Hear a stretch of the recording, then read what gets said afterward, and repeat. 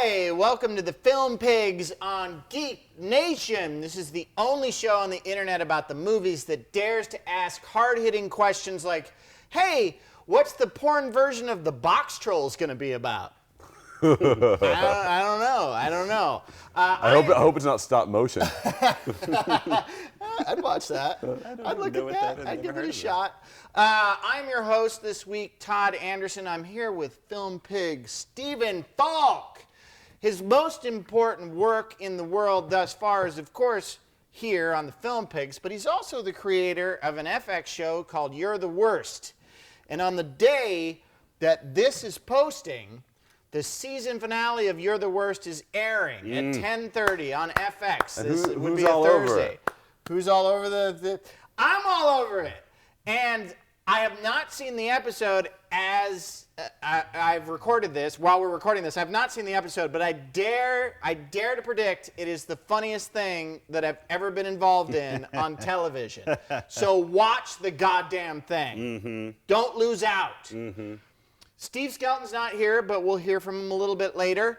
This is our special guest, Steve Hicks. Milady. He is an editor-at-large and a writer and director of films. He directed a little film called Fuzz Track City that I'm also all over. It's a great movie. You can get it. It's about a private detective. He has long hair and facial hair. Named Murph. And he's named Murph, and he has sex with Dee Wallace. Yeah, And, that's right. Film Pig alum. Film Pig alum Dee Wallace. Yes. It's got a lot of Film Pig alums on it. Yeah. But you can get it on DVD. Great movie. It's a great movie. Get it on DVD, or you can download it from your favorite place to download movies like Amazon or iTunes or whatever. So get that. You're the worst. Fuzz Track City. Plugs are over. It's time to clink popcorn glasses. Popcorn. I love popcorn. That was the popcorn dance, right, Falk? The Dun dun dun dun dun dun dun. Dun dun dun dun dun dun. This thing that Hicks hates. I used to it's do. old school popcorn. So we're going to do this segment that we always do on this show called Rash Judgments. Now, there are a lot of movies coming out this weekend, and how do you choose which one to see? Well, you need the opinions of people who are in the know. Now, we're not in the know in the way that you might have seen the movie, and you can actually judge the movie based on having seen it, because we haven't. We're in the NO. We're in the NO. We don't really know. But this is the internet, so we're going to give you our opinions anyway. Steve Falk, what's your rash judgment about? Do you like the Liam Neesons? There's more than one? Do you like when people he is involved with get taken? Sure. But did you not like the Taken 2 that much? So maybe he should deal with something else where someone else gets taken. Well, then you're going to love A Walk Among the Tombstones. The title rolls off your tongue. It's directed by Scott Frank. And the Neesons plays a former cop who is disgraced because he shot a civvy. And now he's a PI, kind of a dirty PI, track people down for cash, and he gets involved in a it looks like a ring of ladies getting tooken, and there's some nefarious sorts. There's some killers. There's some creepy vans. Scott Frank, who wrote Out of Sight, directed The Lookout, 2007's The Lookout. This is his next directorial effort, and it looks pretty moody. It's rated R. So it's probably going to have some nice noiry violence. You know, you probably could spend a better afternoon. Couldn't spend a better, but you could probably stand to spend an afternoon with A Walk Among the Tombstones. But probably not a night unless you really don't have anything to do. Oh, there you go. Or you could wait like a week or two until The Equalizer comes out and then double feature that shit. Oh. To R-rated Equalizer. Equalizer in middle-aged men. That sounds like a perfect VOD matinee. Yeah, it's a good VOD matinee. Sure. Our other film pick, Steve Skelton's not here because he has a job. Ugh. Stupid. Whatever. But he did a rash judgment for some kind of movie with Jason Bateman. So let's look at that. Hey everybody, I got a rash judgment for you. It's this is where I leave you. This is where I leave you. It's a dramedy, drama, family comedy with with Jane Fonda and Tina Fey and a guy from Girls and the guy from The Strain and Jason Bateman. And it's the family, the dad dies, and then the family gets together, and Jane Fonda has fake boobs, and I don't want to see it. Anyway, so, you could take his advice or not. Sure. I thought it was salient points he made. He always makes salient points. Yeah. Now let's go to special guest Steve Hicks and find out what his rash judgment's all about. My film is called The Maze Runner. It's starring some kids, younger kids. Don't know the director's name. Looks like a Hunger Games type of situation. A bunch of kids in a competitive situation in a maze they have to go through, and no one's ever survived this maze. The thing that caught me about this movie was I didn't recognize any of the chillins in it, except for one. Don't remember his name, but I recognized him, so I looked him up on the IMDb. Yeah. I looked him up on the IMDb, and this guy was the little kid in Love Actually, who was probably about 10 years old, and he was Liam Neeson's son. Whoa! Who was grieving over his dead mom. This is weird. Exactly. He was probably about 10 years old. Now the kid is 24. Guess how many credits this kid has to his name? What's his name? I don't remember. It's not Nicholas Hoult, is it? No. Okay. No. I don't know. Guess 42 credits. The kid is 24 years old. And that's including Game of Thrones and like Phineas and Ferb, a bunch of series, and that's not including all the different television series. Because 24 years old, he's got 42 credits. I found that painful. And, why? Because he's just so it's successful. It's overachieving at such a level it feels that just rude. It feels like show-offy. Yeah, that's incredibly Not befitting the British person that he probably is, right? Yes. So this movie looks fun. The trailer plays real quick, but to me, it's basically another. It's a reboot of Cloak and Dagger. Let's admit. Oh, really? And, but without Dabney Coleman. No Dabney Coleman, Or no the Henry Atari Thomas, game tie-in. and no girl who says Davy. So I'm interested in it at some point, but it's again probably a VOD type of situation. All right, there you have it. A lot of VOD situations this week on the Rash Judgments. But it's time to move on. Now, a lot of people think that we're here to hate on movies and make fun of movies. And that's not true. No. That's not true. We're here because we love the movies. It's slander, really. Yeah, it really is. It's not understanding. We could sue you. It's not understanding. Yeah, we will sue you. So look for a summons in the We mail. have your ISP number. We're logging it now. You are sued, people. So we're here because we love the movies, not because we hate them. And we have a recurring segment that's very, very popular. People are always asking for more of it. Constant. It's like constant. It's an inundation. I was at Barney's Beanery the other day, just doing some day drinking. Some guys came up. They're like, "Hey, do that segment again." So, and he told me about that, and I was like, "That's a great idea. We should do that segment again." And this segment is called Love Letters. And what we do is we write earnest. It's not sarcastic. We're not joking around. We're actually talking about why we love certain movies or people in the movies. This time, it's the movie we love the most from the 90s. And all three of us are going to take turns reading our letters to our favorite 90s movies. I mean, the reason people may slanderously think we're bitter or angry is because we love so hard. And the flip side of love, the disappointment, when we love so much. Speak the truth, Radio Raheem. There's bitterness. There's bitterness. Love, hate. So we should probably roll it. Oh, geez. Hello there, Fargo. I feel like I just saw you, but actually it was a recent FX TV adaptation that shared the name, setting, and general loose flavor of you, but it wasn't you. It was good, don't get me wrong, but it was kind of like fucking a hot girl who wears the same perfume as someone you used to be madly in love with. It's satisfying and you come a lot, but it's just not the same. When the Coen brothers made you in 1996, they were already cemented as brilliant filmmakers with a unique indie style and a genius for making twisted, oddball riffs on old movie genres, from Blood Simple to Raising Arizona, Miller's Crossing, and Barton Fink, all the way to their previous movie, The Hudsucker Proxy. But then came that heavy, funereal, epic score and the opening shot of the car making its lonely way down a snow-covered North Country road. Like most Ian Coen brothers movies, your plot is recognizable. The guy puts a hit out on his wife for money.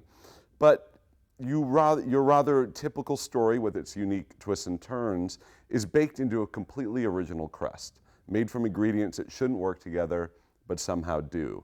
From the somber, wintry setting to the nose-down police investigations, from the chipper Canadian, Scandinavian accents to the fact that the hero of the movie is a homely, middle-aged, pregnant, sweet female cop.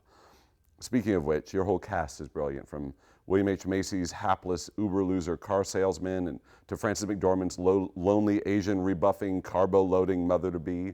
The killer's a slimy rat, Carl Showalter, played by Steve Buscemi, and Peter Stormare's near-silent and insanely menacing, chain-smoking pancake lover, Greer Grimsrud. Like most Coen movies, they're impeccably cast top to bottom, from Harve Presnell's alpha male father-in-law to Marge's bug-eyed, super-sweet nature painter, John Carroll Lynch. Fargo, what most people remember about you are the acts of shocking, subtle, but deeply visceral violence, the gunshot to the face, the kidnapping in the shower, the wood chipper. But what makes you, you, is your humor. The initial interview gone quickly awry between Marge and Jerry at the car dealership is one of the squirmiest and most revealingly funny scenes in movie history. And the way, as Macy's retarded scheme starts to fall apart around him, his desperation is revealed through the frustration of trying to scrape ice off his windshield. But because you are all things, you are also deeply affecting, as in Marge's post-arrest lines of Peter Stormare and her police cruiser. Quote, "There's more to life than a little money, you know. Don't you know that? And here you are. It's a beautiful day. I just don't understand it." Fargo, while many of the quote-unquote great movies of 1996 have suffered the ravages of time, English Patient, I'm talking to you, 18 years later, you are still as funny, scary, exciting, inventive, and moving as you were the day we met. Oh, dazed and confused, how I love you so. You start the way most movies start, with a long stream of studio and production company logos, slowly drifting across the screen. But while they drift across the screen, the beginning of Aerosmith's Sweet Dreams is playing underneath. And when the song blows up, the movie pops alive with a slow-mo of a muscle car turning into a high school parking lot. And every time I see that, I get the chills.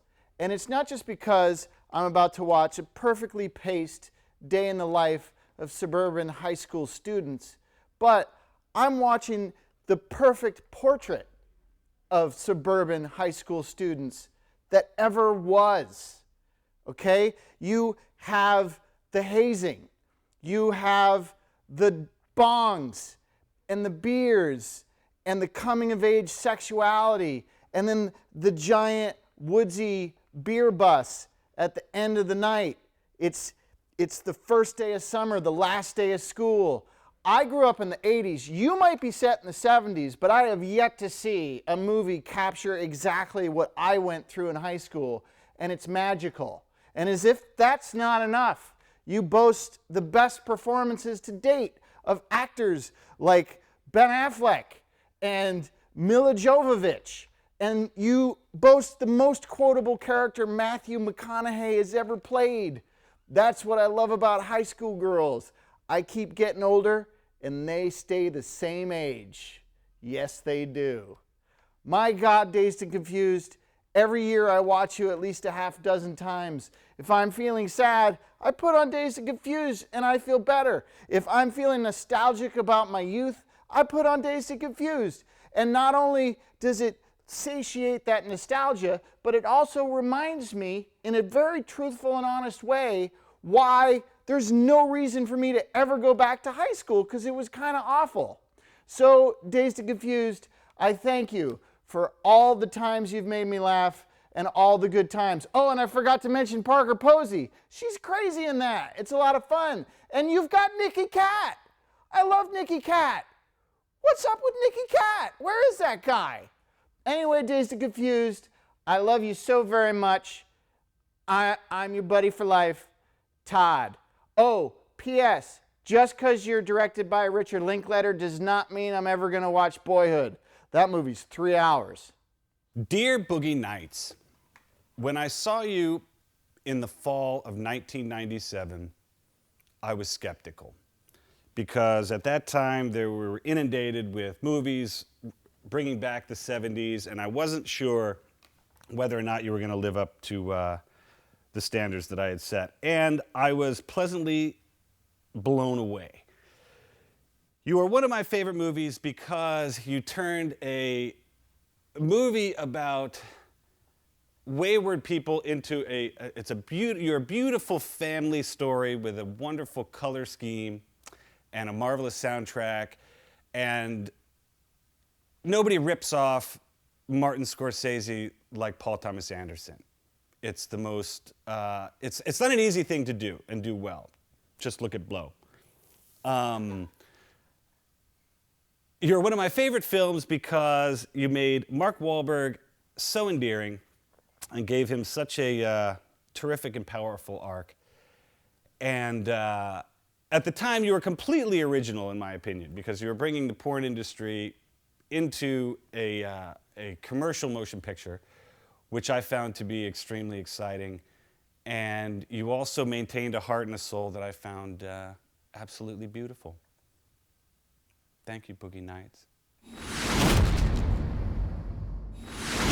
Well, there you have it. Love letters. I don't know. I got misty. I got misty. When you talked about Fargo, I got misty. Oh my God. Very sincere That stuff. was very, when Hicks very talked about sweet. his movie, Yeah, I when love Hicks- That movie's so good. I love the Boogie Nights. Yeah. I love Boogie I Nights. can't get enough of the It's Boogie really, Nights. It's really something. So I think we've done a lot here So much. on the show. We started, we plugged You're the Worst, right? And Fuzz Track City. Fuzz Track City. And then we did Rash Judgments on a bunch of movies. We had popcorn first. Oh, we had popcorn. Yeah. Well, let's do Commented- that again. we Let's commented let's on just popcorn. like a instant replay. You On want to the do your dance one more time, Falk? Dun, dun, dun, dun, dun, dun, dun. Dun, dun, dun, dun, Still fills me full of rage. There's a lot of rage happening right now. We need to wrap this thing up before it gets ugly. But after that, we did the Rash Judgments. A lot of VOD movies this week. That's great. And then we did Love Letters, and there was a lot of love. And I feel like that all you people who are haters of our hatred, you've been proven wrong. We're full of love. Also, you're going to be sued. Yeah. You're going to be sued. So lawyer up, motherfuckers. Expect to be served. Oh my. It's happening. Someone comes up to you in a deli, let's say, and asks, "Hey, are you so-and-so?" Deny it, because he's going to serve your ass. Yeah. Go into hiding. Oh, everyone's gonna get sued. So that leaves the wrap up. That's all we have left to do is wrap this up. So I would like to thank Steve Falk. Yes. I would like to thank Steve Skelton, Yes. even though he wasn't here today. Thank you, Steve. And I'd like to thank myself, Todd Anderson. And I would like to thank our very special guest, director of Fuzz Track City, Steve Hicks, You're Free. welcome, my for lady. showing up and giving his love Free. and his judgments. And that's everything. Love and judgments. Yeah. That's it. Love and loud and judgments. judge proud. Love and So, until next week, the concession stand is closed due to health code violations.